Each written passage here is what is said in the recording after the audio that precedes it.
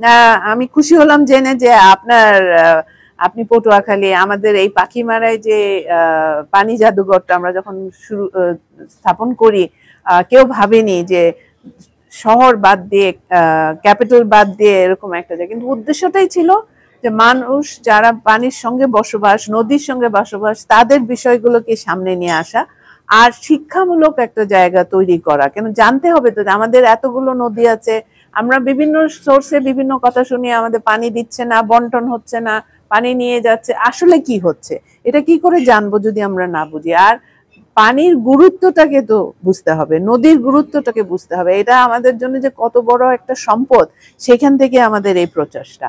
আপনি জিজ্ঞেস করেছিলেন যে একদিকে উন্নয়নের ধারায় নদীর উপরে আমরা আকর্ষণ করছি, নদী ভরাট করে নিচ্ছি। আসলে যেই দেশে 17 কোটি মানুষ, সেখানে কিছুটা এই ধরনের হবে, কিন্তু আমাদের বুঝতে হবে যে আমাদের মূল যে জায়গা থেকে নদী বয় এবং সেখান থেকে আসে, সেই জায়গাগুলোকে আমরা রক্ষা করতে পারছি কিনা।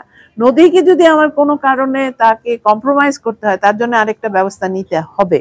এবং আপনি উন্নয়নের কারণে আপনার সেতু বানাচ্ছেন, রাস্তা বানাচ্ছেন, তো এর পাশাপাশি ওই ধরনের বিকল্প পদক্ষেপ নিতে হবে। এবং সরকারিভাবে পুরো দেশে কিন্তু আসলে পানি জাদুঘর দরকার। জাদুঘর বা এই ওয়াটার মিউজিয়ামটা তো একটা শিক্ষার জায়গা, একটা লার্নিং এর জায়গা, একটা গবেষণার জায়গা। এটা না হলে সামনে কি করে যাব, উন্নয়ন কি করে হবে? বা আমরা ওই সেই পুরনো চিন্তাকে নিয়ে এসে আবার এখানে নদীকে শাসন করার চেষ্টা করব, বা উন্নয়নের ধারাটা একেবারে ল্যান্ড সেন্ট্রিক হবে।